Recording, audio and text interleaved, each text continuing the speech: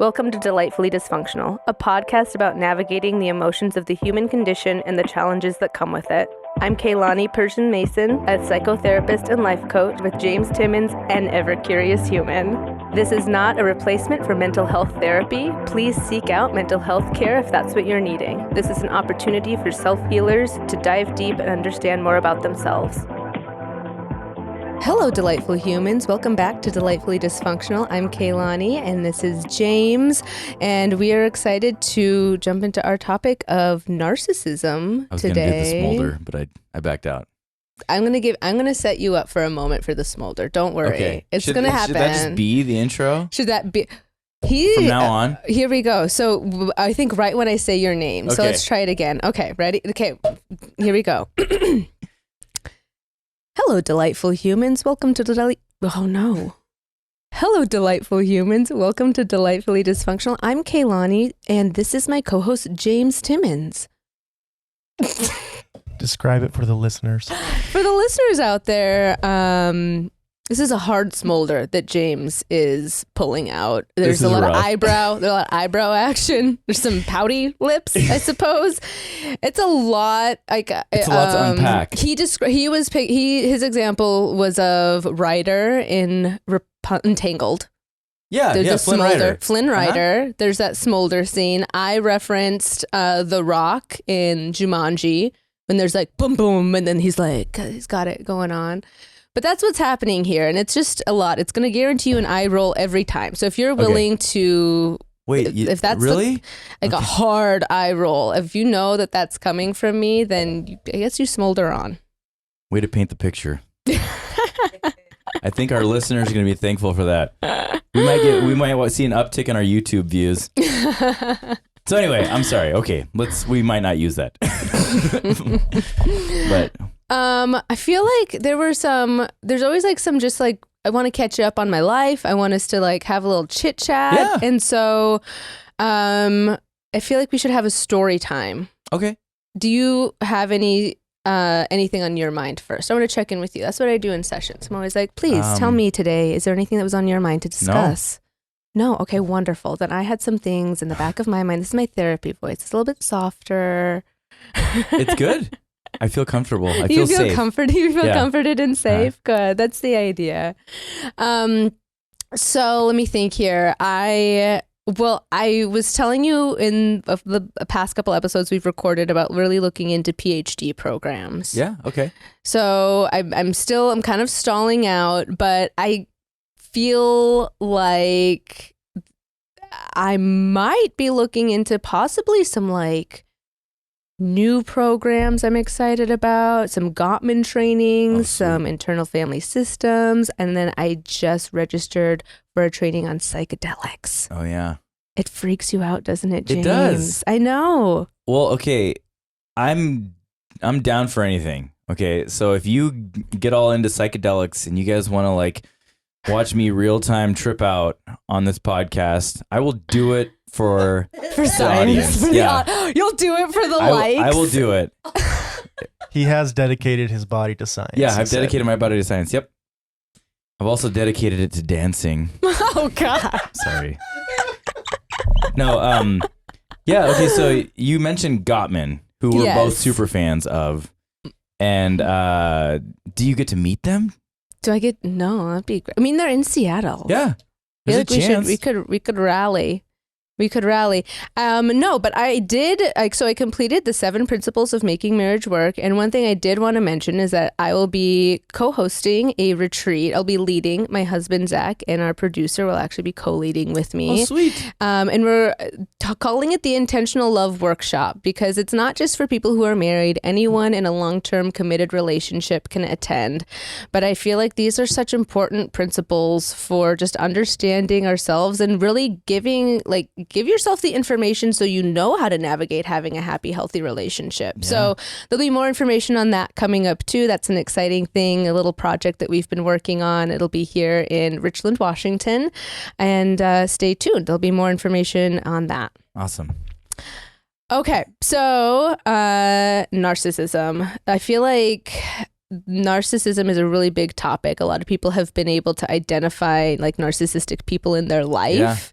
Yeah. And I love that there is some more definition and science going into how do we like categorize different narcissists. So I want to describe a few different types. Okay. And then we can both share we'll figure out which one I am. I will diagnose you for sure. Yeah.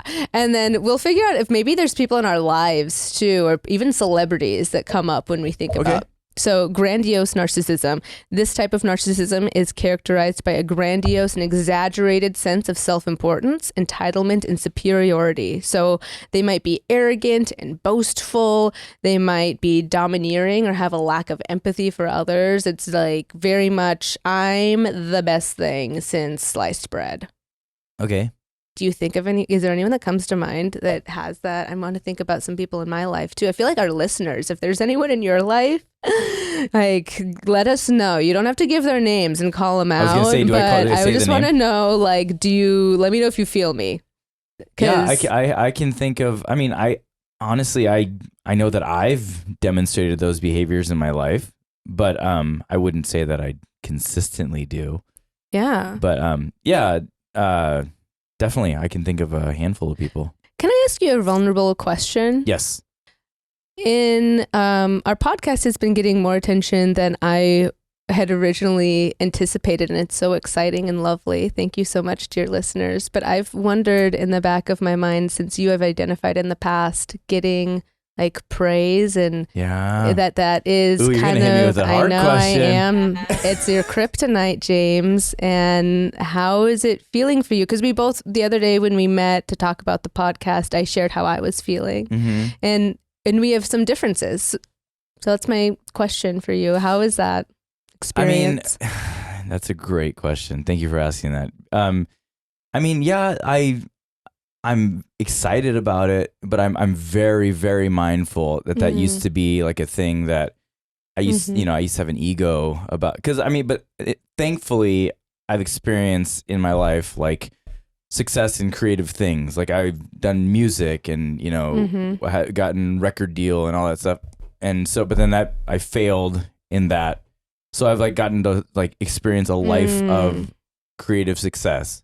So I know like, not to allow, well, okay, so I'm excited that it's getting a lot of attention and success, but I've like decided that I'm never going to be like satisfied with it, just I want it to grow even larger, but like the whole mission of what we're doing is really trying to like reach people and help people and save lives or whatever, and so that's kind of the motivation. So when it's a weird response because I see how people are really resonating with it, and that's exciting because I know that it's benefiting them. Mm-hmm. So it's like I'm not getting like an ego from it. If that's I think you're totally answering my question though, and I love that there's a mindfulness, there's a self-awareness that needs to happen if we do notice any of the narcissistic qualities that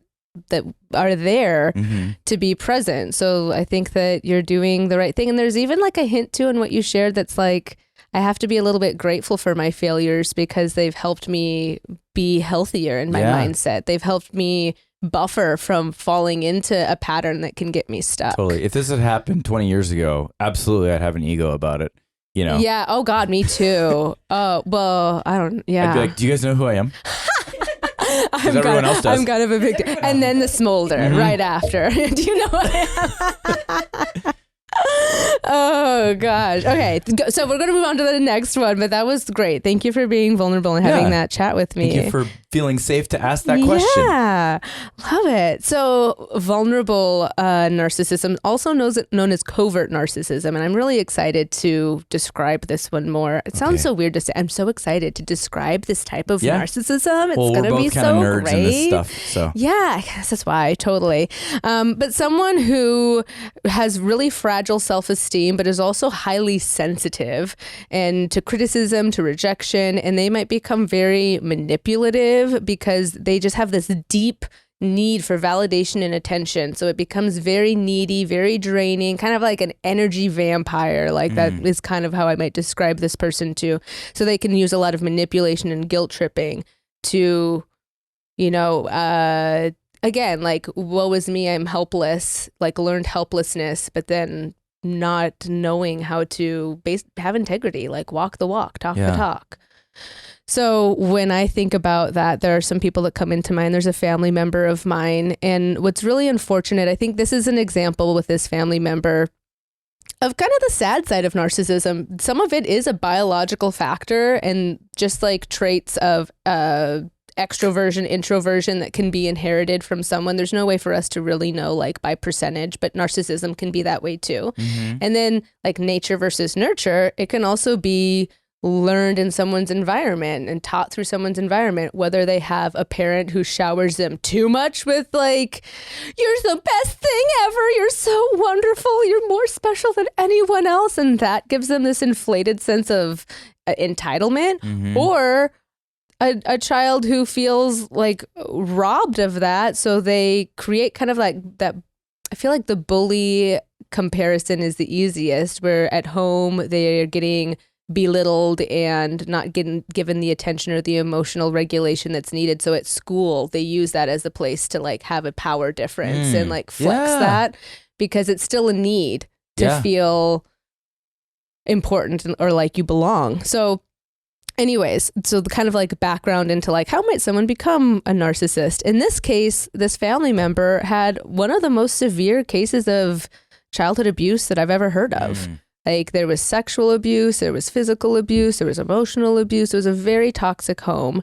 And because of so many adverse childhood traumatic experiences, they also had a lot of really unhealthy patterns and really unhealthy ways to manipulate the situation, because they survived that way as a child. That served them well to get their needs met for a long time. And when we're learning as a child, it's hardwired in. Like, it's not software that can be changed like a computer. It's just like, it is, your brain cells are pruning and like changing at such a fast rate that neuroplasticity, it's just much more solid when it's happening as a child. Anyways, this person has sadly like really pushed away a lot of family members because of this covert narcissism. And they also have a lot of issues when it comes to their body, which is what we know from studies as well, that if you grow up in a home where there's extreme childhood abuse and neglect, it'll show up in your body, because we're one organism. So things like autoimmune diseases, fibromyalgia, a higher rate of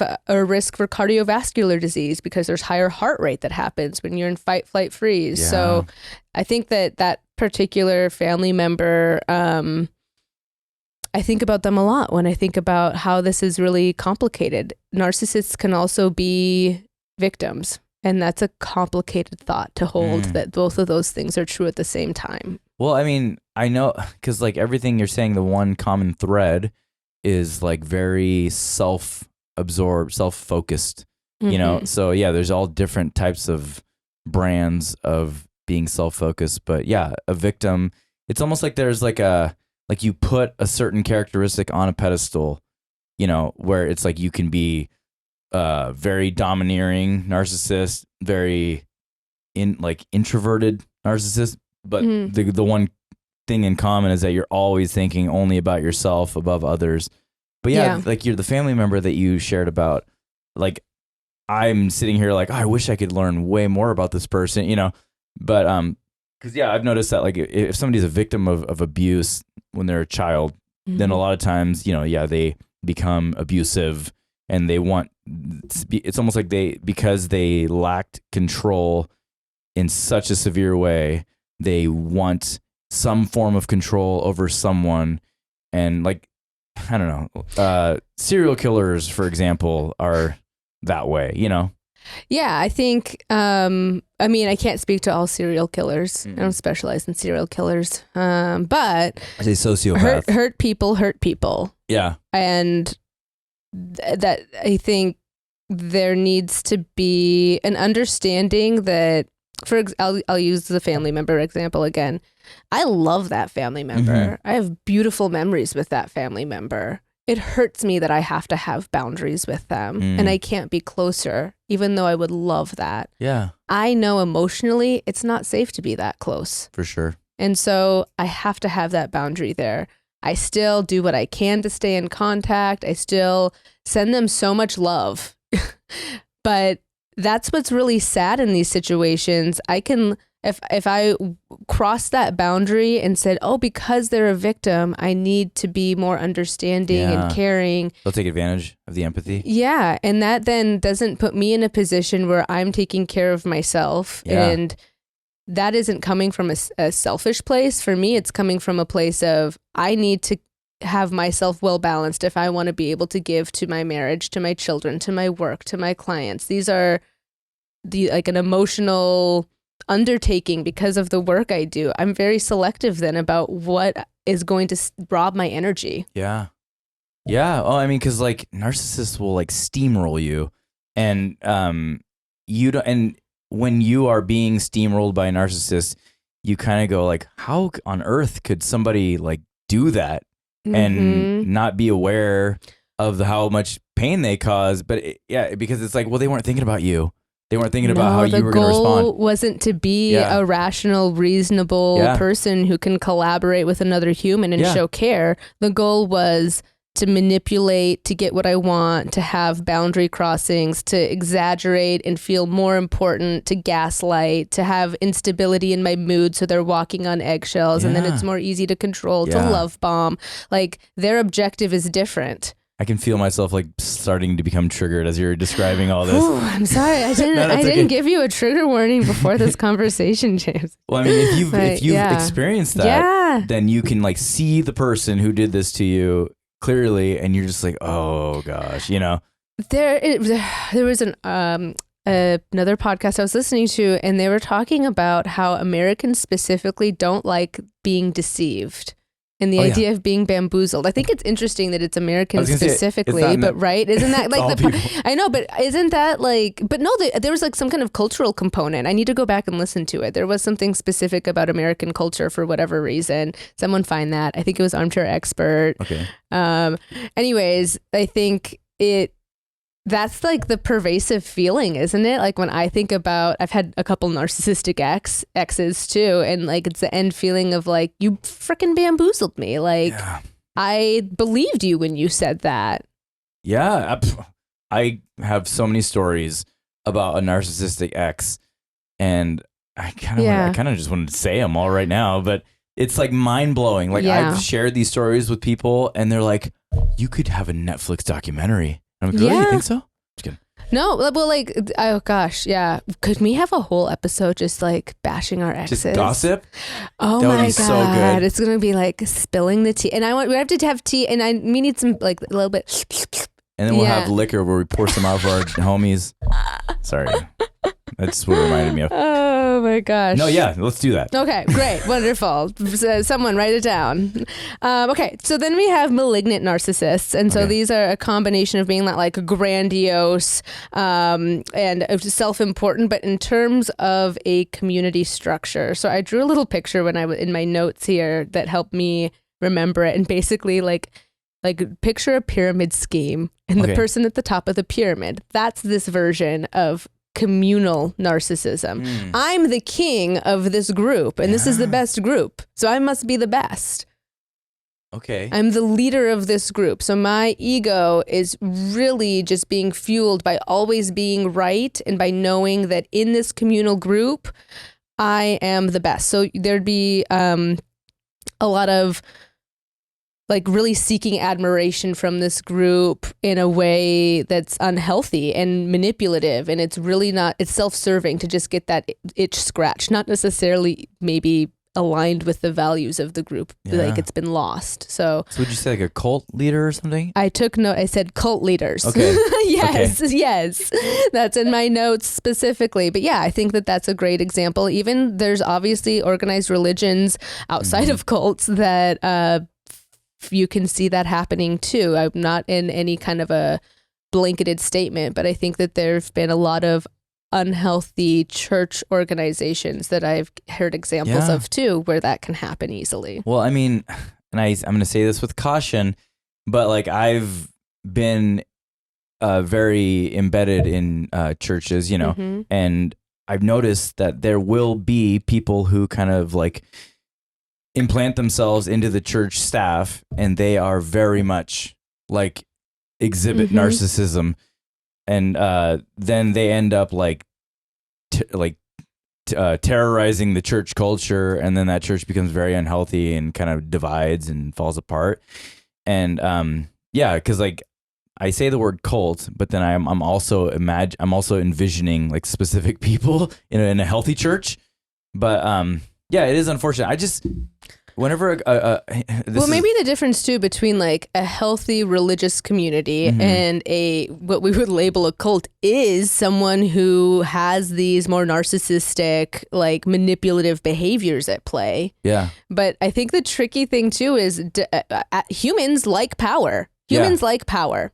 So is that a normal human who came across power and that turned him into an asshole? Or is he an asshole who's narcissistic and found an opportunity to lord power over this group? Yeah. And it just seemed to work. Well, I mean, narcissists are usually always looking for control over people, right?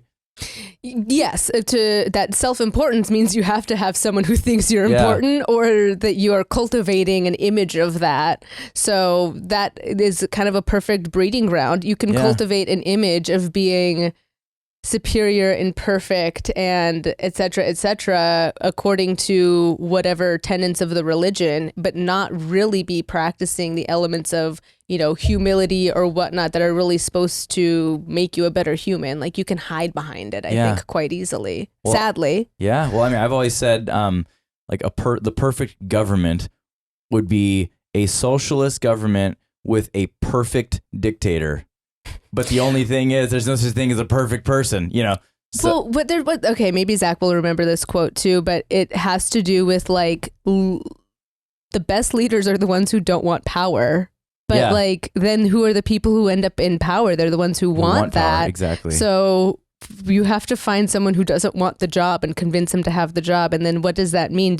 You know, but I that's what comes to mind when you say that. And that leads to the next one. The final type that we'll go over is collective narcissism, similar to communal, but different. So this is a broader social cultural identity. I think you can see this in like nationalism a lot more and nations or political ideologies. And now it's just like my group is superior. So instead, in the little picture that I drew, because sometimes I connect better with images, I just drew like a circle representing the group with tiny little dots representing all the individuals. I'm just going to be a narcissist about this group. The group I'm in believes this, and that's superior and that's right, and so I don't need to be curious. A lot of narcissism is not being curious and just making assumptions based on what you want in your life and how you can get it. They don't really see a desire to be curious, because that would mean having empathy or considering someone else. Yeah. So they're curious about the ways they can manipulate someone, I suppose. Yeah. I'm sorry, as we're walking through these, I'm becoming more and more depressed because like I'm just seeing like largely most of our culture has a lot of narcissism and a lot of narcissistic leadership. And there's like tribalism, like the last one you described. Yes. Tribalism just dominates our culture, and it probably does the whole world. And so it's rare but it's good that narcissism is now like a buzzword, and it's becoming like a topic of conversation a lot, because we're identifying these things, and then people are like having like an allergic reaction to narcissistic characteristics. So, but it's being identified, and you're right, it's being identified and talked about a lot more. And this is where maybe I want to be a conversation that's in the gray zone, because I guess I kind of described this. There's so much of like labeling, they're a narcissist. And it's like a narcissistic quality, sure. But guess what? Like, if you're human, I feel as though you've probably exhibited one of those narcissistic qualities before too.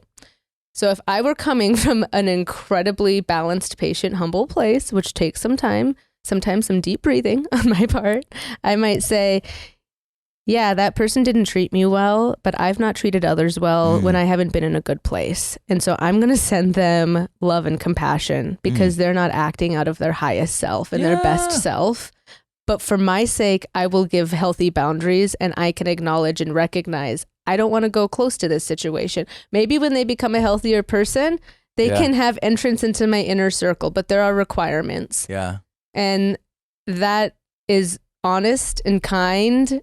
And some people will still think you're an asshole because there's a boundary. But if you've trust in it, that's different. If you understand why you're making it. Yeah. Well, I mean, I feel like just the best way to live is to not be dependent on the opinions of other people. Like what, that Gary Vee video. Because like a narcissist is like this extreme version of being hyper dependent on like the approval of others to where it like elevates you.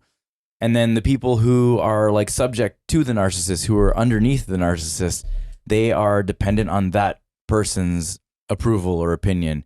And so like it's just this push-pull relationship where it's like the solution is, well, not the solution, but a very good way to combat that is to just eliminate yourself, know who you are, be happy with who you are. I have a children's book that came to mind that's kind of funny. Okay. All right. I don't think that this children's book was widely published, but it was called Me First in the Gimmies. Yes, that's the one I'm talking about. No way! Yes! Yeah! James, are you kidding me? No, because that is not a book one. There were no Wimmicks. I don't know what that is. No, I was thinking what was this? Oh my gosh. No, that's not the name of the book. I got excited because I swear this is a book nobody knows. First Thing Gimme is the name of a punk band. Oh yeah, I think it was based on this book. This book is an old book. This is this was before. One of those guys had this book as a child. Okay. So I'm Me sorry First for in the getting all excited. Gimmies. And it was about basically like if you practice, they didn't say this, they used kid language, but like there are these little people, and if they practiced positive kindness, gratitude, compassion, etc., they got to live this like forgiving and like can cohabitate in this lovely way. And then the Me First and the Gimmies, like the Gimmies, if they just kept like basically practicing that narcissistic qualities of like excessive self-love and absorption and like, it's not fair, it's mine, I want it. And like no self-compassion, their heads just got bigger and bigger until they couldn't even carry their heads. They were so like inflated. And how did they learn how to like, they had to cross the bridge of kindness and forgiveness. And like, it was so silly, but looking back, it like really exemplified and gave us a really positive message about why those are qualities that aren't healthy for you either. It's not just that it doesn't serve the people around you, but having narcissistic qualities doesn't serve you. It doesn't serve you well, and how to like heal from that. And one of the quotes on the back was so funny. It was like, Billy, age 7. I hate this book because it tells me I need to be a good person. Or something. Like it's saying that I have to be nice and I don't like it. That's funny. What's Billy up to nowadays? Billy's incarcerated. Oh, Billy didn't get the message. I was hoping he went the other way. No, he grew up to be Mr. Rogers. Me First and Gimmies. Okay, so I don't know if you're familiar with punk rock, but do you know who NoFX is? Oh, okay. Zach, do you know who NoFX is? Of course. Okay. Yeah, I think Fat Mike, the lead singer, did a side project called Me First and the Gimmies. I'm pretty sure. No, I think you're very right, because I knew that there was a punk band named it, and I just didn't look into it. No, that's why it like rang a bell when you said it. I'm like, oh my gosh, yes, somewhere that's clicking somewhere in my brain. Yeah, this is maybe my parting thought when it comes to narcissism, because like you were talking about your frustration with like society and what you're realizing when it comes to society in this conversation. And I feel like this is part of the message we want for this community we're creating. Yeah. Vulnerability is part of being honest and being real. And that is something that is so scary, and that like a narcissistic, they cannot handle it. They can't handle being honest and real with themselves, much less with others.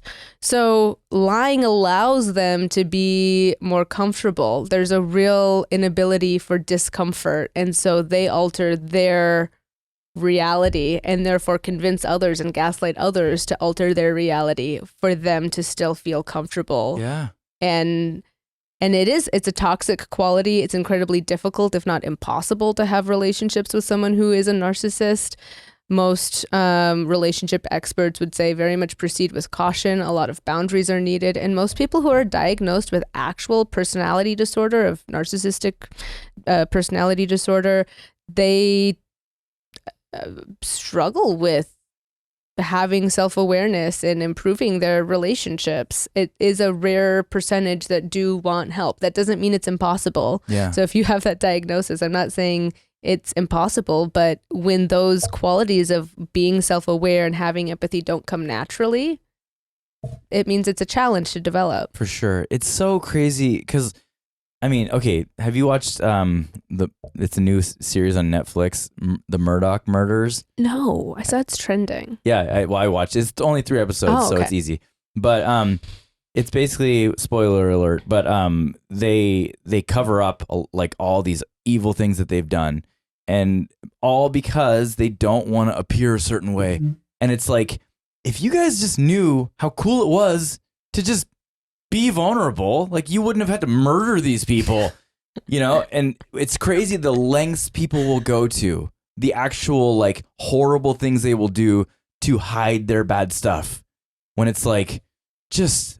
You said it in such a simple way that sometimes like a slightly inappropriate SNL clip or something in my head pops up when someone says something funny, and I pictured almost like a Sesame Street scene, like they're pulling bodies away, and James is like, "Hey guys, you don't need to kill people and murder them. Just be vulnerable." Oh my gosh, you just came up with a new sketch. Like. Pulling bodies. Hey guys, what are we doing here? Didn't you know? Don't you know the power of vulnerability? Just admit to the strippers. Save lives. It's like, come on out, strippers. Yeah. This is Shelly, Cinnamon, and Bubbles. You have nothing to be ashamed of here. Come on out, Shelly. Oh gosh, there's so much stuff there. I checked out the Me First and the Gimme band for you guys. Okay. And I just wanted to let you know that, fitting with your topic, they on their website say that they're the best band in the world. Well, here's the thing though. If it's reality, like what if they are the best band in the world, like factually, you know? Show me their Grammys. Grammys are so subjective. Oh, well, here we go. Here we go. Don't say that. Like The Weeknd has never even been invited to the Grammys, and he is a superstar. Yeah. In my mind. I mean, sorry. I don't know. I don't feel like I know enough about this topic. Just drink my water now. Okay. If we're having a conversation about narcissists, we can't skip over 2 of their key little brain trap tricks that they'll try to play. And these are very buzzword types of things. But gaslighting and love bombing. Yes. I feel like those are being talked about a lot, and a lot of people don't understand quite what it is. So love bombing has a lot to do with giving this exaggerated big display of affection and love and attention that is so, it's like drinking the Kool-Aid. Oh my gosh, like it's possible for someone to like love and adore me this much. And then that ends up actually being the clause of control and manipulation that then it's suddenly pulled away, and now you're hungry for more. It's exactly what the one relationship that I was referencing back to. Yeah. It's exactly what it was familiar. like. I have an example as well with like gifts, and I'm gonna write a song. I had a thing for musicians, hence I'm still with a musician. Sorry, Annie. Someone else wrote me a song. I don't know if I've told you that, but I'm telling you right now. Oh no. You okay with that, Zach? Yeah. Okay, he's fine. He's leaving. He's leaving. No, Zach, he's gone. No, okay, well. So yeah, like love bombing in a previous relationship where someone was giving like so much affection and attention and putting so much energy into it, and then like that isn't possible, that momentum can't sustain. Yeah. And for them, it's a plot. It is just a part of the plot to have more manipulation and control. A good example is even like, if we live in a really dry climate, so in the summer when there's a day of rain, we're all kind of like, it feels good. Yeah. It cools off. It feels nice. If it didn't stop raining, Like we would have flooding issues. There'd be problems. Yeah. And so this love bomb is like, it's uncomfortable for some people too. Yeah. But someone who definitely grew up, someone who could be susceptible, to love bombing, they probably didn't have a lot of affirmation or attention as a child. So it's kind of like, I'm so thirsty, I am dehydrated. So this rain, I can just drink it up. Yeah. Like I'm wonderful. It's actually happening. Yeah. Yeah. Again, you're absolutely what I experienced. Yeah, because I grew up without affirmations, and this person came along and would love bomb me constantly. And so like, but one thing I noticed with her was that every time I would like want to leave the relationship, it would, the compliments would just come in like 1,000-fold, you know. But then pretty quickly I started to notice like, you're just trying to manipulate me, you know. And so then after a while, the compliments were just like, I don't believe a thing that you're saying, you know. Yeah, I mean, eventually, exactly. Assess whether this person has integrity, that what they say, there's a follow through in that, or there's an effort, or there's consistency. I think that's a clear way that's a good starting point to reflect on, I guess. If you're wondering, am I in a relationship with a narcissist? Is this person a narcissist?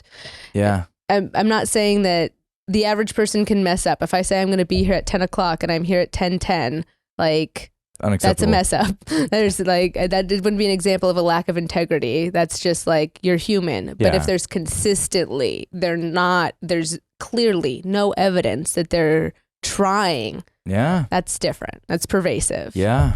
Yeah. Then gaslighting. So gaslighting is where someone is going to attempt to undermine someone's reality or their experience. That didn't happen. You don't feel that way. Yeah. No, this is what happened. And that we are blowing it up out of proportion. It was just a tiny thing like this. So you're going to see a lot of minimizing, denial of reality, blaming, discrediting. Like, you don't even know what you're talking about. Yeah. Making you think that you can't trust your own thoughts. Exactly. Yeah. So if you could see how these different dynamics, these different tools and tricks, like I said, that a narcissist uses so like easily and seamlessly, that it can create a very stuck place for someone who might genuinely trust and want to believe in the goodness of humanity, which I think is the majority of humans. Yeah. So, okay, because for someone to be to that point where it's like second nature for them to use these tactics, love bombing and gaslighting for control. Like, they had to have had like a ton of like trauma or something, right? To where they just, it's become like their second language. To some degree. I mean, that example with the family member that I said, I think exactly that was how they learned to get that need met, and they never figured out another way to have like attention and affirmation. It only came from being a victim in that example.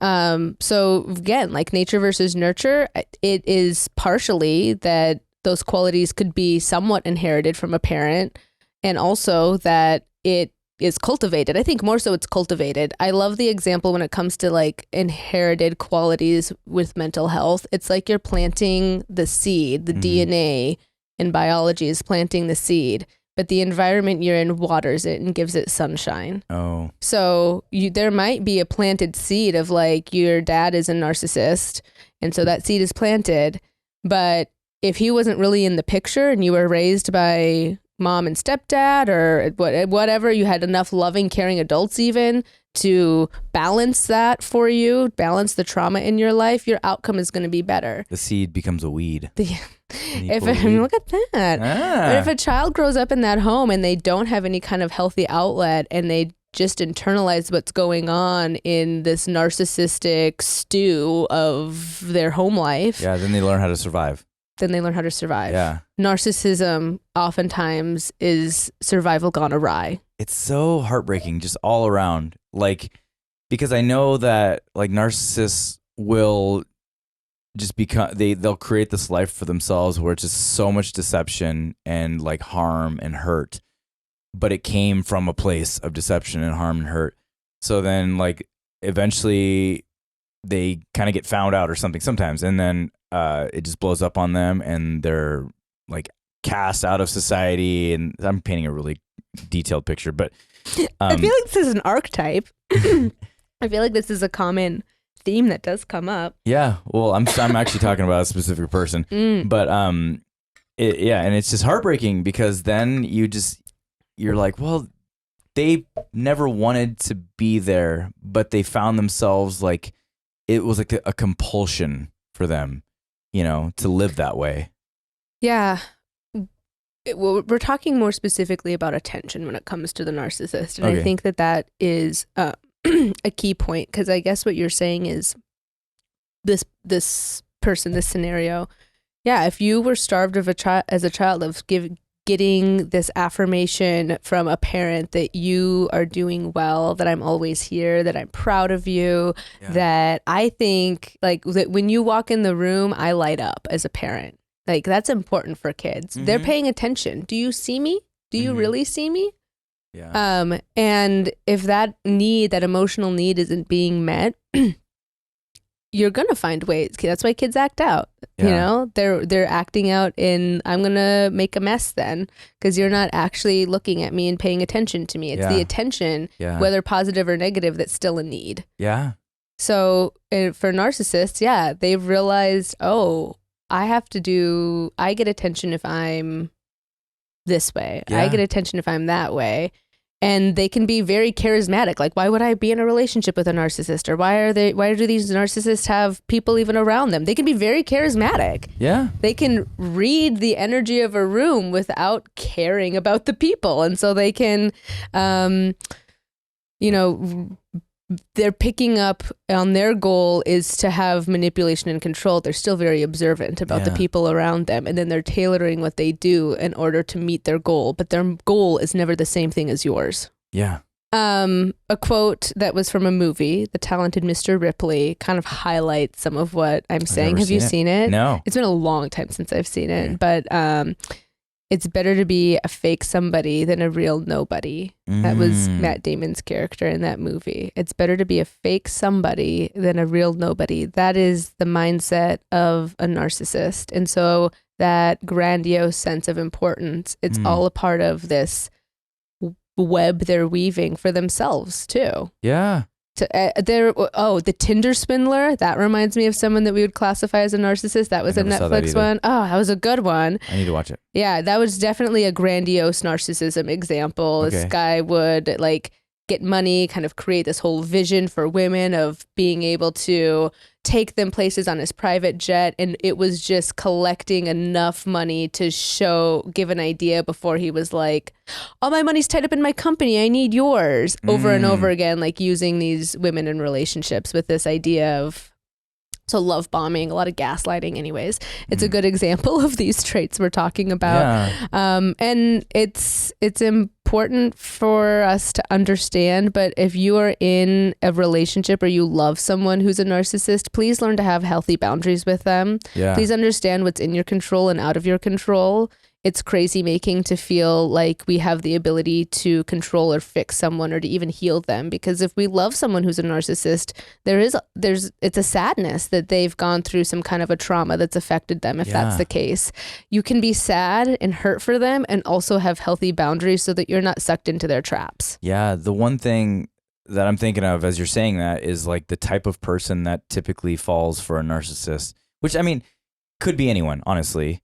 But, I don't know. I this is as a question, but like, would you say, to overcome, because like when you're with a narcissist, you feel like that's like your world. Like if you leave them, then your life is over, basically, like a cult, And so, would you say that a good strategy to overcome that is to like really identify like ways for self-love or something? Yeah, I think low self-worth is one driving factor that can have somebody easily believing whatever gaslighting story the narcissist is saying. And healthy boundaries are an act of self-love. So it's saying, I love my peace of mind, my energy, my reality that I believe in. I trust my reality more than I do whatever need I think you're filling. Yeah. And to also see that that's not really love. Like if it's in a romantic sense. Well, yeah, because like one fear that I have right now is that somebody is going to listen to this and think, oh my gosh, I'm with a narcissist. And like they identify all these things and they realize maybe it clicks, they need to like end that relationship. But then like, how do I do this? Like abuse, like I've women been who there. are abused. Yeah. Like that's a big one. I remember in a really unhealthy and toxic relationship with a lot of emotional manipulation, hiding not just in my room, not just in my bathroom, but in the closet that is in my bathroom, in my bedroom, with the door closed, on the floor. Oh my gosh. Like crying and realizing there's nothing I can do. I can't fix this. This is beyond repair. This person doesn't want connection and understanding. They don't want the healthy version of things. That's not a possibility for me here. Yeah. What's in my control then? If you get to the point where you can see that like you're living in your own fantasy, what's in my control is figuring out how to love myself enough to say that that's not okay, that that's not the way that I want to spend my life, that that's not the conditions that are all right for me to thrive, and that I need to then pay much more attention to what is needed. And that's step one. So if that means being more curious about who are the friends you trust, who you can go to, if that means being curious about counseling services, or just making a phone call to a domestic violence shelter, if that's what's needed, if it's that unhealthy, being curious is okay. You can lean in to be curious and still sit with whether you need to take action, because sometimes the idea of needing to jump to it stops people. Be curious. That's my answer. All right, it is time for our advice segment of our episode. And with this person, Ava is her name, but well, we're going to refer to her as Ava. It's not her real name. It's not her real name. I've changed the names. What is her real name? Her real name is Google her. And I've changed the names of everyone in the story for privacy. We often do that. So if you are thinking about writing in for advice, please do not hesitate when it comes to that. We want to make sure that you feel comfortable. Okay. And once again, this is not a replacement for mental health therapy. Please consult a mental health care provider if that's what you're needing. This is an opportunity to reflect and hear more about our thoughts on a particular situation with what we know. I also had to contact Ava to ask for a little bit more background information because I wanted to give the most appropriate advice for her. So she says, I've been dating a single dad, Hunter, and as things have become more serious, there's been growing tension with his kiddo's mom, Sarah. From what Hunter has shared, Sarah has been manipulative and intimidating when it becomes clear he's interested in someone else. She threatens to take the child or reduce time from Hunter. What should I do? And after speaking with Ava, I asked for a little bit more detail in the manipulation and intimidation that she's picked up on. And it sounds very much like there's a lot of gaslighting Hunter about what is or isn't happening, and just really creating a lot of tension. And then that's trickling into how Ava, and I would imagine even like their level of commitment or interest at this point between Ava and Hunter, because this is so stressful. So that's the scenario. Let's talk a little bit more and be thoughtful about how we can help her out. So, man, as someone who was not only the kiddo in a blended family, but now I'm also a bonus parent in a blended family, this hits me in a few different ways. And you are kind of in a similar, like you have a connection perhaps to some of this too. Yeah. Well, I mean, my first question is there like a parenting plan in place? Probably. So why does, what's the ex's name? Sarah? Why does, you know what Sarah spells backwards? Harass. Well, that's our answer for you, Ava. That's all you need to know. Why does Sarah have so much authority? Yeah. You know, in what the relationship of Hunter? Yeah, that's a great question. I actually followed up with Ava with that question because that's similar to my experience. And when you get a divorce and there's children involved, there's an automatically kickoff into having a parenting plan. Yeah. If two people who are not married break up, that isn't something that is kicked off by anyone unless they do.